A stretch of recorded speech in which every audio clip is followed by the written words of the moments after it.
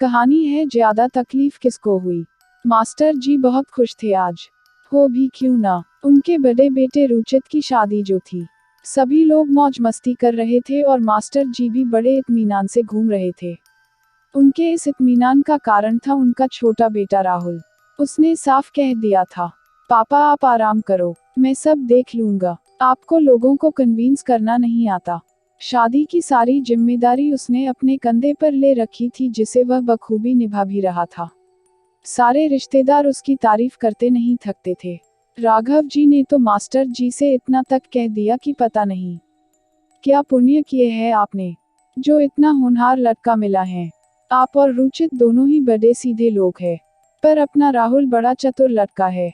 इसके बिना पता नहीं क्या होता आप लोगों का। राघव जी की बात सुन मास्टर जी बड़े गर्व से बोले, ये बात तो सही कही आपने। अब 2 साल में रिटायर हो जाऊंगा और अपना रुचित भी अब सेटल हो गया है, तो हम दोनों ने तो कह दिया है राहुल से कि घर की जिम्मेदारी तू ही संभाला करना, क्योंकि हम में तो जरा भी चतुराई नहीं है।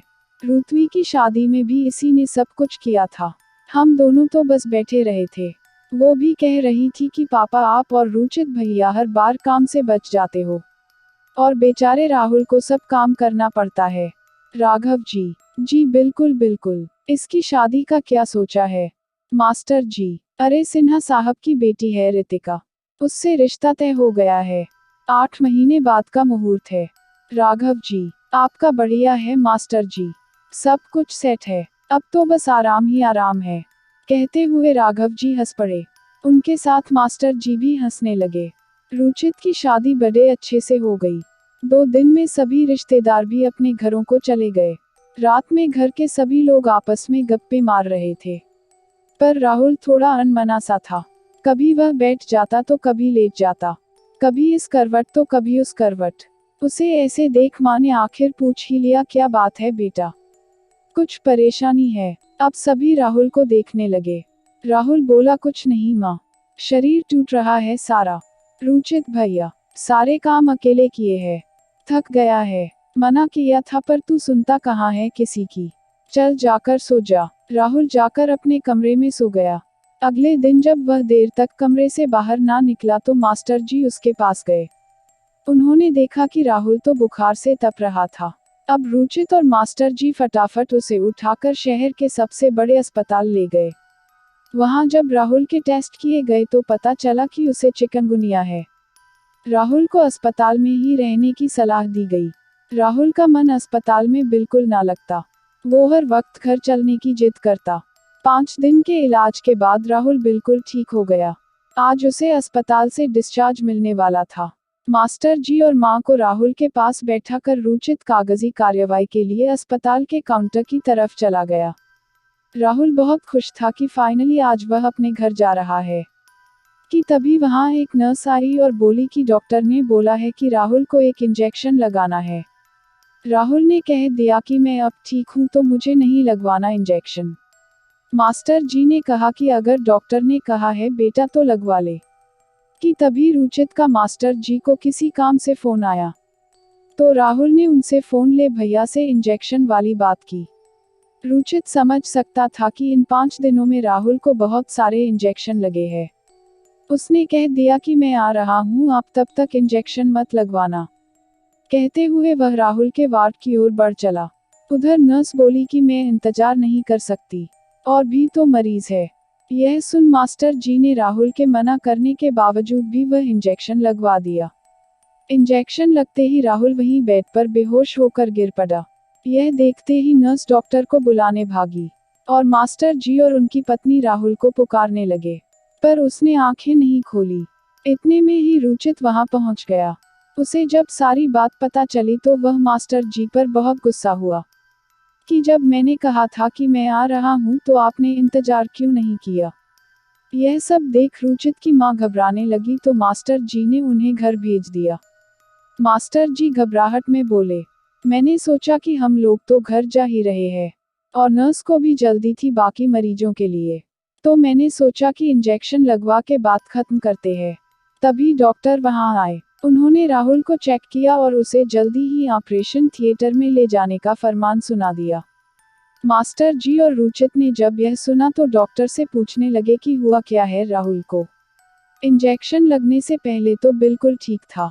डॉक्टर, यही पता करने तो इसे ओटी ले जा रहे हैं। वहाँ इसका बोन मैरो टेस्ट होगा जिसमें इसकी रीढ़ की हड्डी का एक छोटा सा टुकड़ा निकालेंगे और जांच के लिए भेजेंगे। तब पता पड़ेगा कि हुआ क्या। राहुल को ओटी ले जाया गया।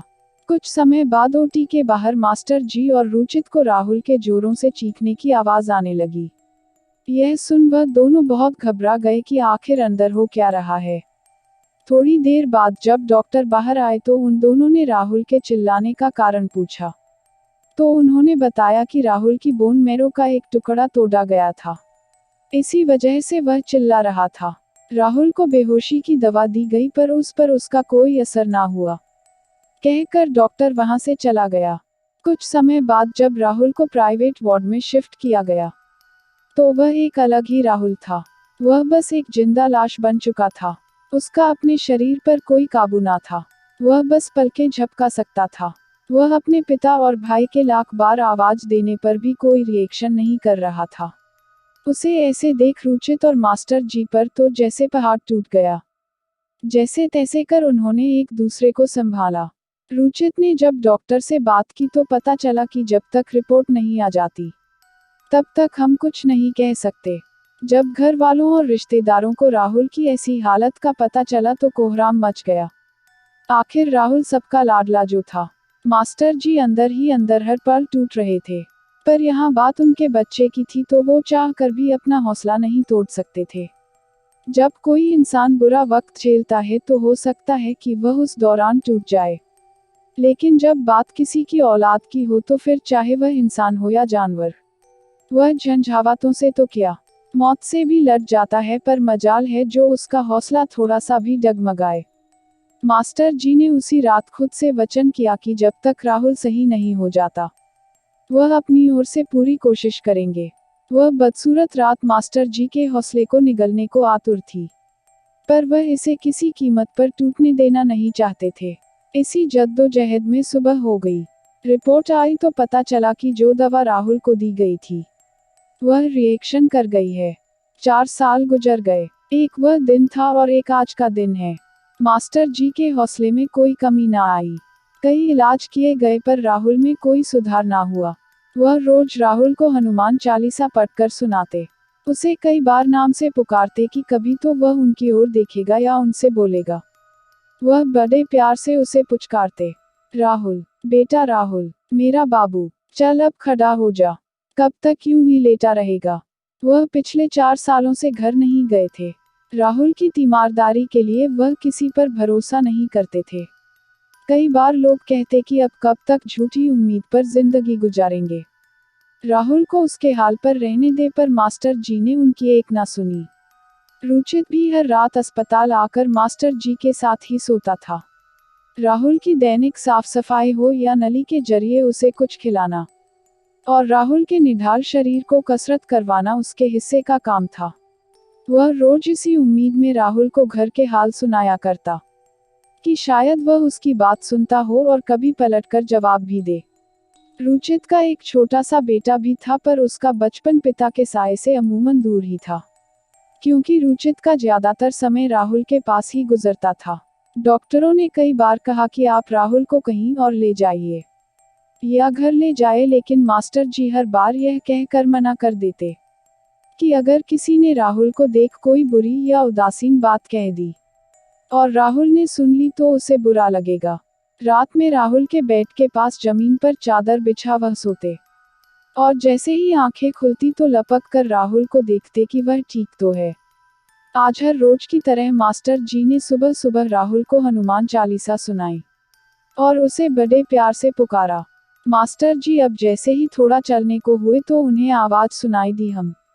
मास्टर जी ने अब पलटकर राहुल को देखा तो राहुल की नजरें उन्हीं की ओर थी। मास्टर जी ने फिर राहुल को पुकारा तो राहुल ने फिर हम कहा। मास्टर जी की आंखें खुशी के मारे छलछला उठी। जिन पैरों से उन्हें चलने में भी दर्द होता था, आज वो उन्हीं पैरों से भागकर डॉक्टर को बुला कर लाए। यह करिश्मा देख वह भी चौंक गया। लगभग 2 महीने लगे राहुल को पूरी तरह ठीक होने में। राहुल जिंदगी के बुरे दौर से गुजरकर और भी परिपक्व हो गया था। वह जानता था कि जितनी वेदना उसने सहन की है, उससे कहीं ज्यादा उसके परिवार ने और खासतौर पर पिता ने सही है। एक बार फिर दोनों भाई और मास्टर जी जिंदगी को जुनून और जोश के साथ जीने को तैयार थे। अगर आपको कहानी पसंद आए तो लाइक और शेयर कीजिए और चैनल को सब्सक्राइब करना मत भूलिए।